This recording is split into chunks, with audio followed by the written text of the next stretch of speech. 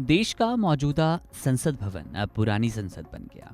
इस ऐतिहासिक इमारत में सोमवार को शुरू हुआ विशेष सत्र दिन भर चली चर्चा के बाद स्थगित कर दिया गया। बता दें कि 19 सितंबर से नई संसद में कार्यवाही होगी। यहां आपको जानकारी दे दें कि केंद्र सरकार ने 18 से 22 सितंबर के लिए संसद का विशेष सत्र बुलाया है।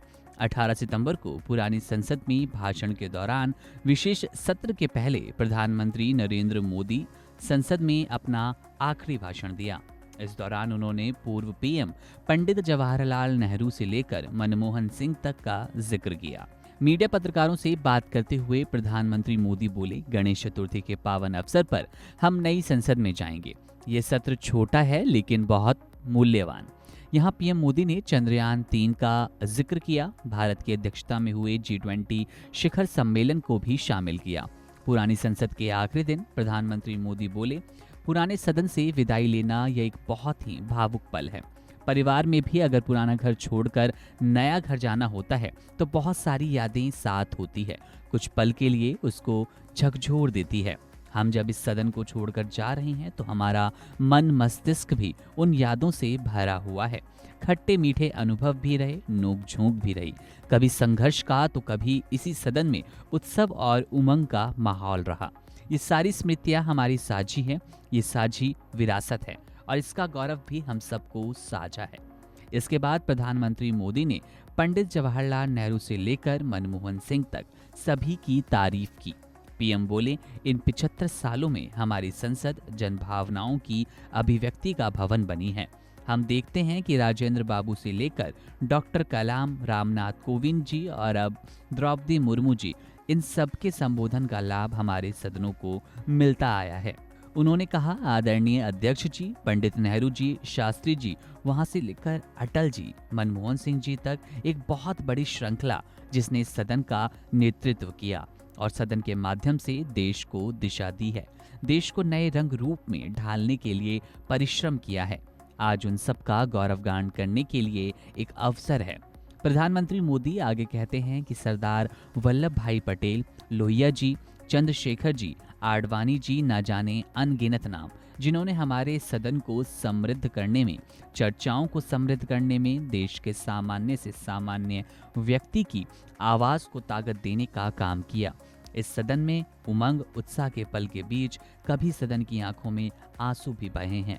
यह सदन दर्द से भर गया जब देश को 3 प्रधानमंत्रियों को उनके कार्यकाल में खोने की नौबत आई, जिसमें नेहरू जी, शास्त्री जी और इंदिरा जी थीं।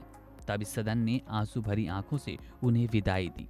इसके बाद प्रधानमंत्री मोदी ने सदन के अपने पहले दिन को याद किया। वे बोले, मैं पहली बार जब संसद का सदस्य बना और पहली बार सांसद के रूप में मैंने इस भवन में प्रवेश किया तो सहज रूप से मैंने संसद के दरवाजे पर अपना शीश झुकाकर इस लोकतंत्र के मंदिर को श्रद्धा भाव से नमन करते हुए पैर रखा था। वो पल मेरे लिए भावनाओं से भरा था। मैं कल्पना भी नहीं कर सकता, लेकिन भारत के लोकतंत्र की ये ताकत है, भारत के सामान्य मानव की लोकतंत्र के प्रति श्रद्धा का प्रतिबिंब है कि रेलवे प्लेटफॉर्म पर गुजारा करने वाला एक गरीब बच्चा संसद पहुंच गया।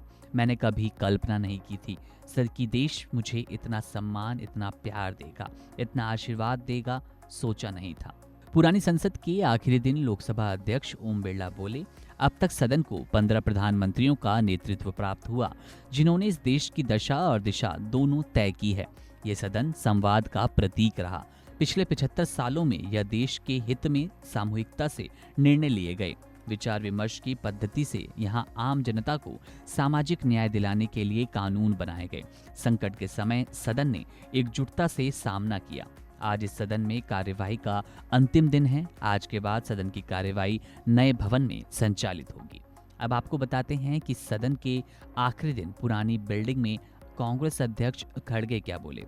पुरानी संसद के आखिरी दिन कांग्रेस अध्यक्ष मल्लिकार्जुन खड़गे ने कहा, बदलना है तो देश के हालात बदलो, ऐसे नाम बदलने से क्या होता है।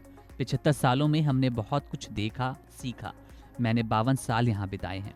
ये भवन आजाद भारत के सभी बड़े फैसलों का गवाह है। इस भवन में संविधान सभा 165 दिन बैठी, संविधान बनाया जो 26 जनवरी 1950 में लागू हुआ।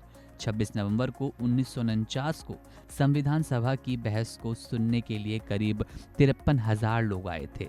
संविधान सभा के 11 दौर की बैठकों के व्यवधान रहित संचालन को आदर्श संचालन माना गया था। वो ऐसा वक्त था जब सबको लेकर चला जाता था। आप लोगों ने भी उसे आदर्श संचालन माना था। उस समय देश के प्रधानमंत्री नेहरू जी थे। मैं अपनी बात रखने के लिए थोड़े शब्दों में कुछ कहना चाहता हूँ। बदलना है तो अब हालात बदलो। ऐसे नाम बदलने से क्या होता है? देना है तो युवाओं को रोजगार दो। सबको बेरोजगार करके क्या होता है? दिल को थोड़ा बड़ा करके देखो। लोगों को मारने से क्या होता है? कुछ नहीं कर सकते तो कुर्सी छोड़ दो। बात बात पर डराने से क्या होता है? अपनी हुक्मरानी पर तुम्हें गुरूर है। लोगों को डराने धमकाने से क्या होता है?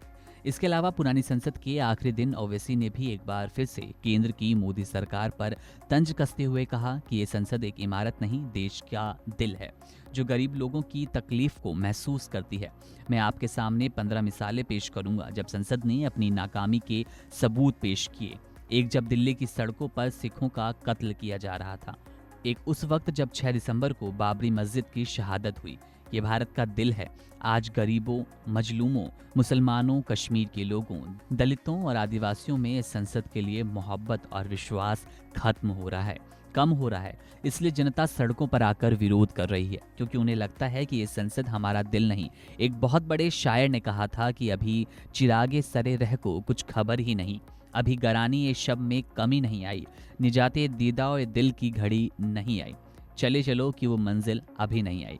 पिच बदलने से गेम नहीं बदलता, गेम को बदलना पड़ेगा। आप पिच बदल रहे हैं, वरना आप याद रखिए, जब हम लोकतंत्र के नियमों पर, संविधान पर अटूट अमल नहीं करेंगे तो कहीं ये नई इमारत भी हिटलर की राइक्सटॉग यानी कि जर्मन सांसद वाली इमारत बनती ना दिखे, इमारत साबित ना हो जाए।